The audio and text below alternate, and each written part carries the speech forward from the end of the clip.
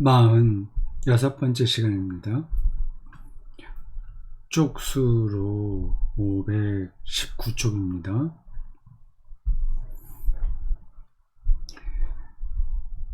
삼위일체의 위격들이 각각 다른 위격들로부터 스스로를 구별하는 자기 구분은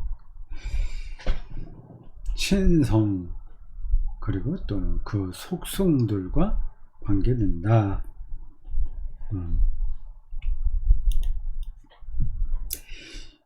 이것은 각 위격이 다른 한 위격 또는 두 위격들로부터 그 위격이라는 단어가 반복되죠.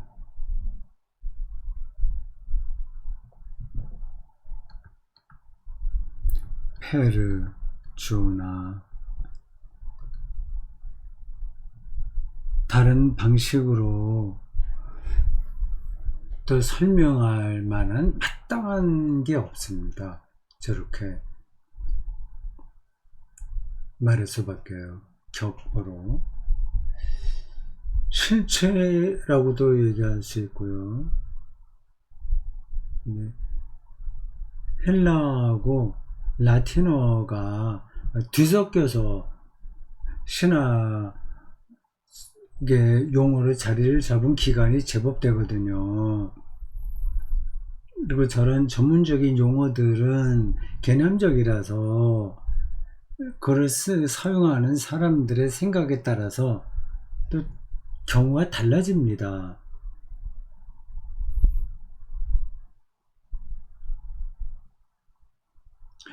일단 그 위격을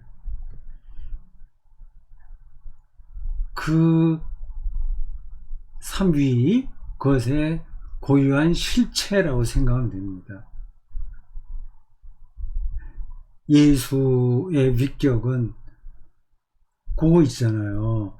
역사 안에 존재했던 한 인간으로서의 정체성을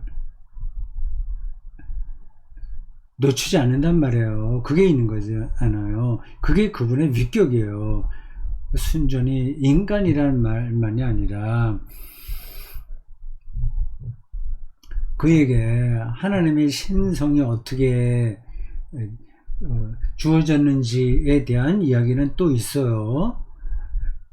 그러나 우리가 예수의 아들로서의 위격이라고 말할 때는 그 역사적 실존 인물로서의 그 정체성을 가리키는 겁니다.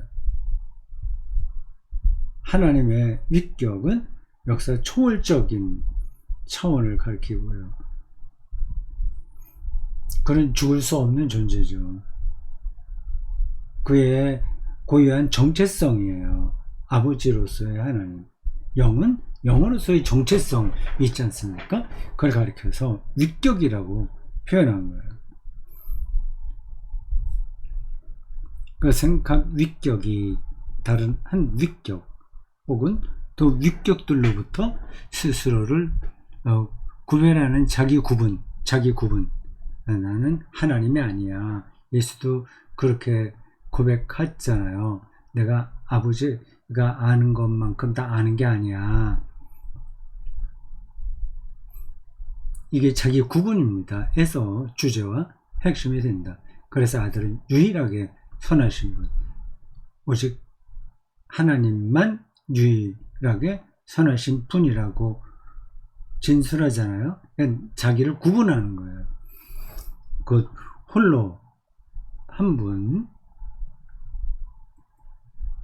하나님이신 아버지를 가리킵니다. 이에 상응하는 것이 자신의 파송에 대한 아들의 헌신인데 하나님만 선하고 하나님만 절대적인 분이고 하니까 자기는 거기에 순종하고 헌신하는 거죠.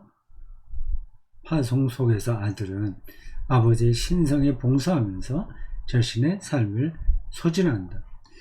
소진한다는 표현은 적절하지 않은데 그 바친다 그런 뜻이겠죠.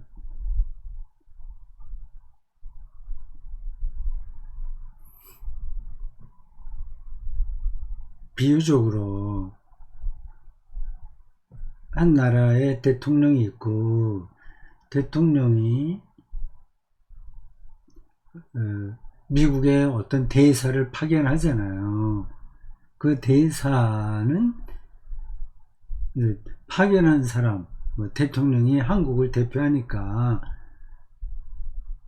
그 파송한 그것에 전적으로 헌신해야 되죠. 영은 순종하는 아들을 아버지와 하나인 자로, 그리고 아버지의 사랑을 계시하는 자로 확증하고 참여한다.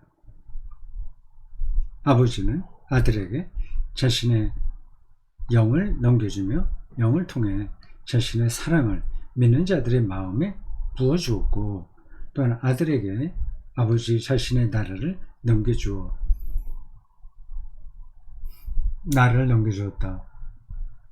사랑이라고 생각이 듭니다. 사랑의 나라를 넘겨준 거죠. 하나님의 아들은 이제 하나님의 능력과 하나님의 지혜라고 말해줄 수 있다.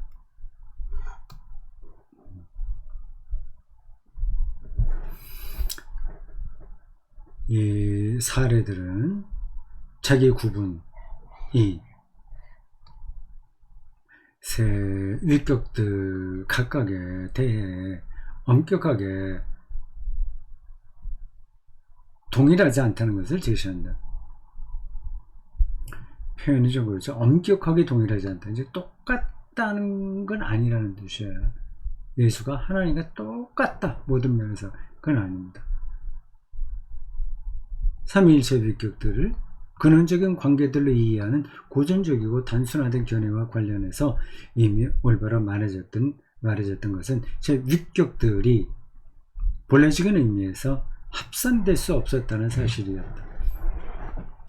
이렇게 딱 겹칠 수는 없는 거죠.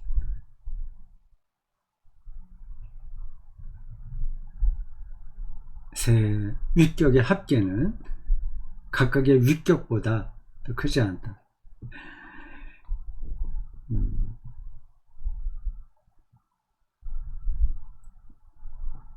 아버지, 아들, 영 이렇게 합해 놓으면 아들의 능력보다 더 커지는 거, 이게 아니라는 겁니다. 하지만 이들의 차이는 커서 같은 종류의 사례들처럼 더해질 수 있다. 이건 무슨 말이야? 커서 이들의 차이는, 그러니까 아버지와 아들의 차이가 작은 게 아니라 크죠. 그래서 똑같은 거다 이렇게 말할 수는 없다는 겁니다. 아버지, 아들, 영의 관계들이 가진 완전한 복잡성이 고려된다면, 다시 말해 이들의 서로에 대한 상호작용의 구분, 하나님은 이 땅에 직접적으로 뭔가를 실행할 수는 없잖아요. 아들을 통해서, 영을 통해서 하신단 말이에요. 그러니까 자기를 구분하는 거죠. 상호작용 구분의 여러 형식들의 관점에서 본다면 인격들의 상이한 구조는 훨씬 더 분명하게 드러난다. 상이한 구조.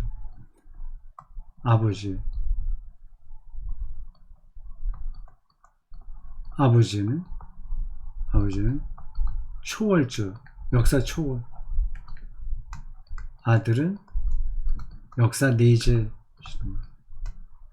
영은 현재하심. 이 차이가 있는 거죠. 아들의 경험만 생각해봐도 그 의미는 분명하다. 아들의 자기 구분의 대상인 다른 위격, 즉 아버지는 아들에게 유일하신 하나님이며, 만약에 예수와 하나님 똑같다면 어떻게 하나님을 아버지라고 부를 수 있겠어요? 그 점에서 아들 자신의 신성은 그가 아버지의 신성에 복종한다는 사실을 근거한다. 영 역시 아들을 주님으로 인식하고 고백하도록 가르침으로써, 즉 그가 다른 위격들인 아들의 신성을 인식하고 고백함으로써 영 자신의 고유한 신성을 입증한다. 성령이 그리스도인들의 신앙 생활에서 현재한다는 거예요. 그래서 예수를 그리스도시요 하나님의 아들로 고백할 수 있는 거죠. 그런 방식으로 영이 그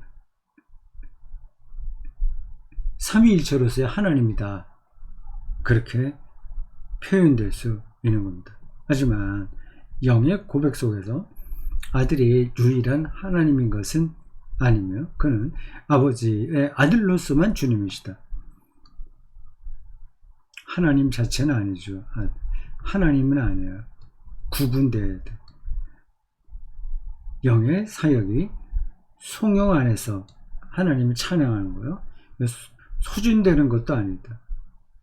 성령이 그걸로 끝나는 것도 아닌 거예요. 하나님을 찬양하는 것으로만 끝나지 않는다. 이미 영은 미래 앞서서 아들에게 한량없이 주어졌고 그에게 머물러 있다. 이것은 아들에게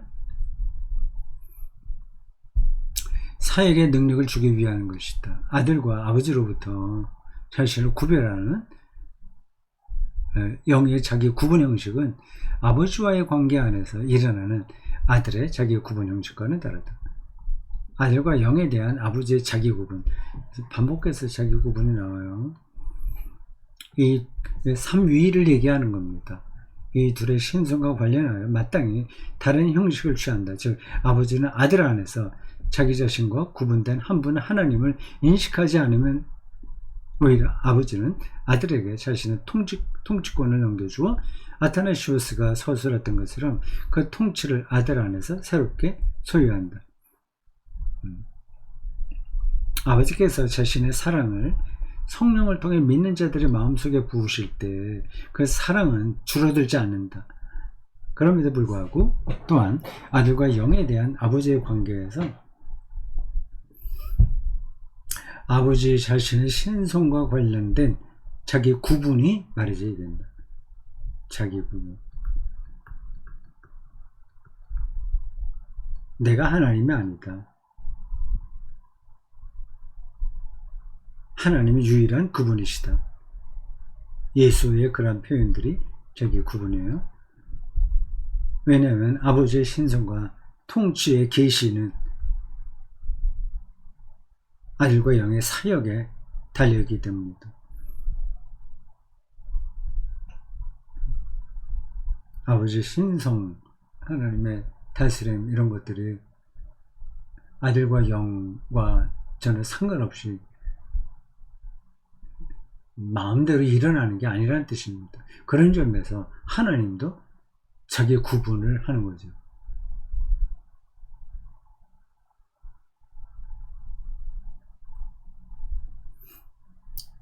그래서 이 세 관계, 아버지, 아들, 영이 상호 구분되면서 하나를 이루고 있습니다. 대단히 역동적이면서도 어떤 특별한 관계성이 있는 거예요. 이걸 따라가기가 쉽지 않습니다. 그래서 2000년 동안 많은 신학자들이 그 문제를 붙들고 실험했죠. 그래서 아직까지도 앞에서 나온 필리오게의 문제도 완전하게 해결되지 않았잖아요.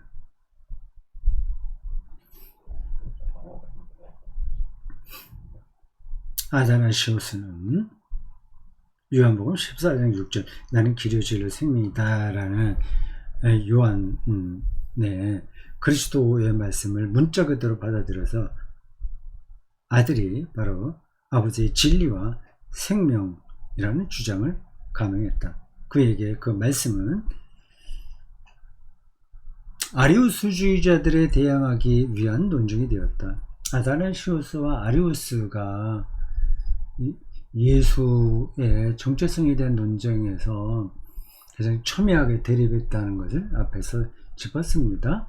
예수의 신성과 인성의 문제는 곧 삼위일체 개념의 촉발이라고 할 수 있어요. 아들이 나기 전에는 존재하지 않았다고 가정한다면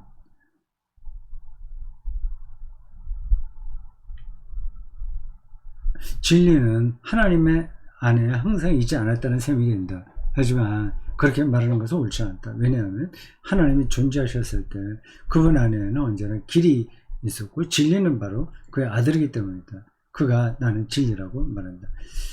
아다나시우스를 인용한 거겠죠. 아다나시우스.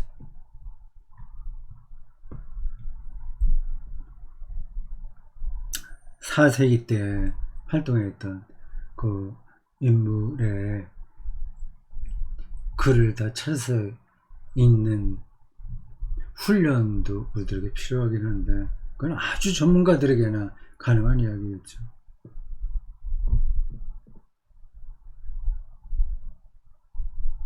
그가 나는 길이라고 진리라고 말한다. 또한 아다나시우스에 따르면 아들은 아버지의 능력과 지혜이다.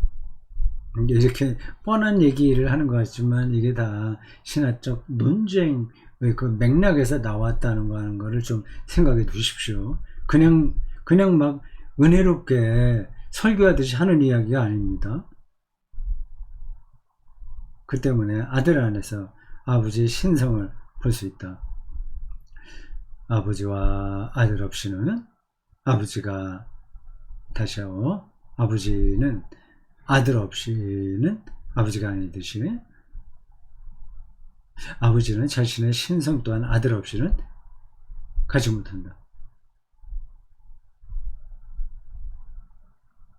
이와 같은 대담한 사고를 통해 아다나시우스는 그래서 예수가 하나님과 본질이 같다 그런 주장을 하지 않았습니까? 호모우시우스라고요.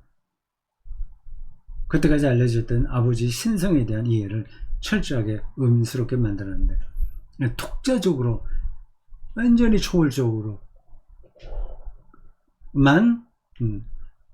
어떤 절대적 위치에 있는 존재라는 그러한 하나님 표상을 바꾸는 거죠. 예수가 아니면 하나님은 하나님이 아니다. 이렇게까지 얘기하는 거예요. 그 이해에 따르면 아버지의 신성은 어떤 조건도 없이 확고하지만 그 신성은 아들과 영에게는 단지 파생적인 방식으로만 주어져 있다. 그러나 이제 요게 이제 그 전통적인 신성이 있거든요. 그러나 이제 아타나시우스에 따르면 아버지의 신성은 아들 안에서 제약된다. 자기 구분이죠. 자기를 낮춤이죠. 자기를 제한하는 거죠. 그 방식으로 하나님의 영광이 드러납니다. 우리에게 아버지를 유일하신 참된 하나님으로 알게 하는 자는 아들이다. 이런 표현들은 요한복음에 많이 나옵니다. 또한 아타나시우스도 아버지를 제1원천 곧 아들의 원천으로 말할 수 있었지만 그러나 그 원천에서 출현하는 아들 없이는 그 역사적 아들 없이는 역사 초월적 아버지를 원천으로 말할 수 없다고 했다. 그래서 예수를 그리스도로 고백을 한 거죠. 예수 이외에는 하나님을 알 길이 없다고까지 과감하게 말한 겁니다. 반면에 아버지가 그런 의미에서 아들과 영의 신성의 원천 혹은 원리라고 말해줄 때 이 둘이 신성에 관련하여 아버지가 의존하는 것이지 아버지가 이들에게 의존하는 것이 아니라면 의존성이 일방적이라고 한다면 그때 자기 구분 그리고 삼위일체적 윗곁들의 동등한 상호관계성 게겐자이티카이트 그리고 이들의 신성의 동등성 클라이아이트는 더 이상 보존되지 않는다. 카파도기아 교부들은 신성의 원천으로서 이런 교부들이 지금은 카파도기아에 이게 없죠. 튀르키예 그쪽이니까요. 그 기독교 전통이 오랫동안 거기 자리 잡았었는데 당연하죠. 예루살렘으로부터 유대 사마리아 위로 올라가서 쭉 가는 그 유럽 쪽으로 가는 내륙 길들이 다 튀르키예아네요. 카파도기아, 일부를 카파도기아라고 하는데 그 교부들은 신성의 원천으로서 아버지에 관하여 말하는 가운데 때때로 위격들의 동등성을 위협하는 견해에 상당히 접근했다. 아, 그런가요? 요거는 위격들의 동등성을 위협하는 견해에 살짝 가까이 가기도 했다는 얘기입니다. 그래서 필요께 이런 것들을 거부했겠죠. 왜냐하면 아버지가 신성의 원천이라는 것은 오직 아들의 관점에서 볼 때만 그렇다는 사실이 충분히 부연되지 않았기 때문이다. 바로 이 조건적 부연 설명이 추가되지 않았기에 아들과 영은 전제론적으로 아버지의 하위에 머물렀다. 이것은 카파도기아 교부들이 아타나시우스와 마찬가지로 회피하고자 애썼던 것이었다. 굉장히 복잡한 그 교리 그 담론 논쟁을 우리가 파넨베르크 설명에 따라서 겨우겨우 이제 그 통과하고 있습니다. 세 위격들의 상호 관계성이 세 위격 중 각자가 하나의 신성 및 그 신성의 속성들에 대한 관계를 내용으로 한다는 사상은 아타나시우스에 따르면 더 이상 따를 수 없는 것으로 보였다. 이 논증을 베르첼리의 유세비우스가 지은 삼위일체에 관한 저작을 통해 분명히 잘 알 수 있었고, 4세기에요. 아우슈티누스는 이렇게 반박했다. 그리스도교 역사에서 4세기 아주 위대한 세기였던 것 같습니다. 여러 가지 점에서 그런 거죠. 4세기. 우리 종교개혁 후예들의 입장에서 보면 16세기이고요. 더 거슬러 올라간다면 1세기이겠죠.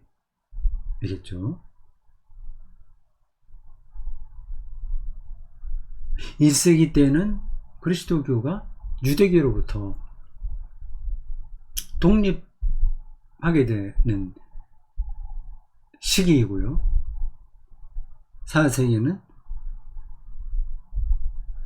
그리스도교가 변방에 머물러 있다가 로마 제국의 중심으로 들어가면서 여러 가지 교리들을 확립한 시기였고요. 지금 우리가 알고 있는 모든 교리들은 대부분 그때 정리가 된 겁니다. 16세기는 말할 것 없이 종교개혁자들에 의해서 카톨릭의 한계가 드러나게 되었고, 거기서 개신교회가 독립하게 됐죠. 아우구스티누스가 이렇게 반박했다. 그런 방식으로는 아버지의 지혜를 스스로 소유하는 것이 아니라, 저게 이미 자기 자신이 스스로 지혜로운 것이 아니라 오직 아들을 통해서만 지혜롭다는 결론에 도달하게 될 것이다.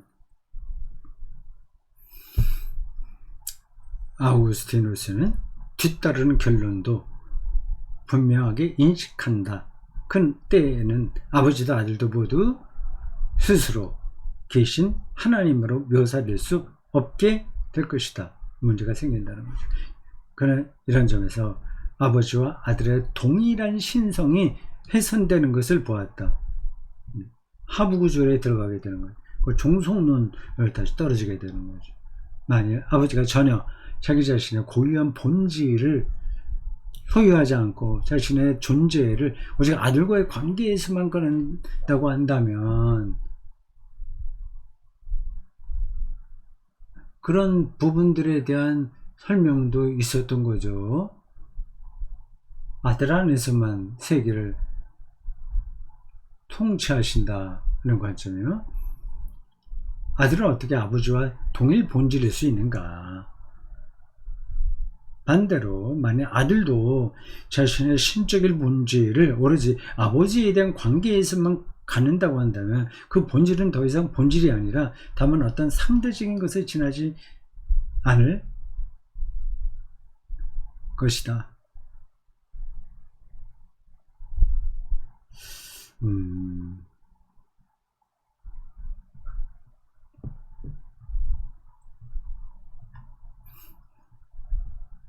아우구스티누스가 여기서 니케아 교리에 부적당한 표현을 단순히 거부한 것이 아니라 오히려 그 교리 중 하나의 핵심을 오인했다는 것은 젠슨의 중요한 통찰이었다.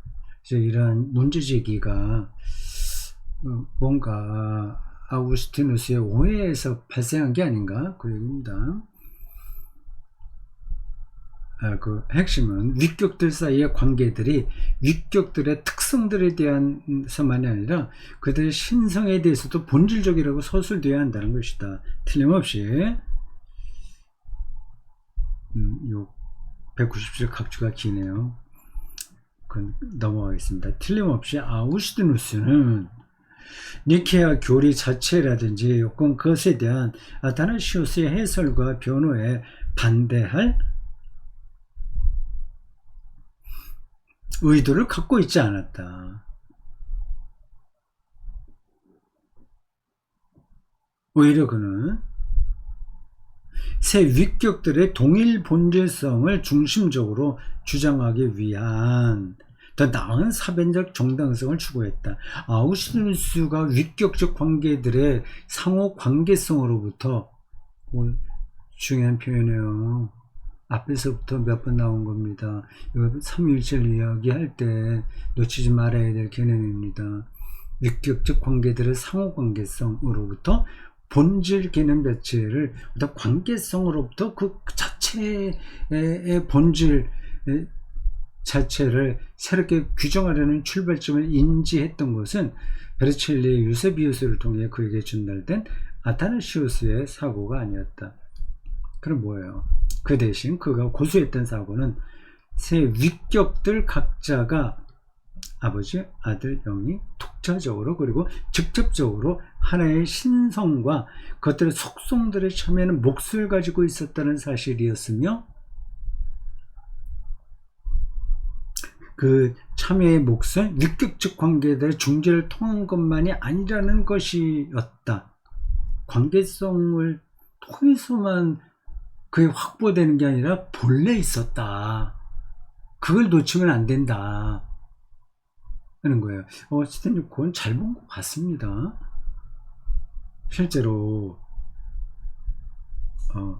사고를 통해 위격들의 동등성이 보증되고 동등성, 단일성, 하나됨, 신성과 관련된 각자의 열등성도 회피되며 그 열등성이라는 표현은 적절하진 않아요. 각자의 자기 한계도 아니고 자기 구분이죠.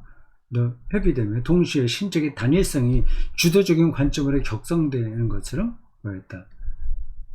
하지만 신적인 삶의 위격들의 상호관계들을 통해서 중재된다는 사고는 무차별성의 단일한 신적 본질에 새 위격이 각각 동일하게 참여한다는 표상으로 평준화되어 버렸다. 넘어가겠어요.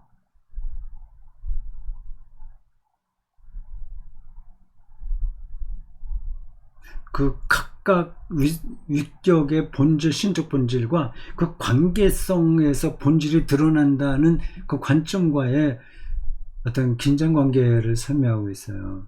이미 아우구스티누스 자신이 신적 위격성의 속성들과 관련해서 느꼈던 난점들은 그 문제로부터 발생한 직접적인 결과였다. 어렵죠.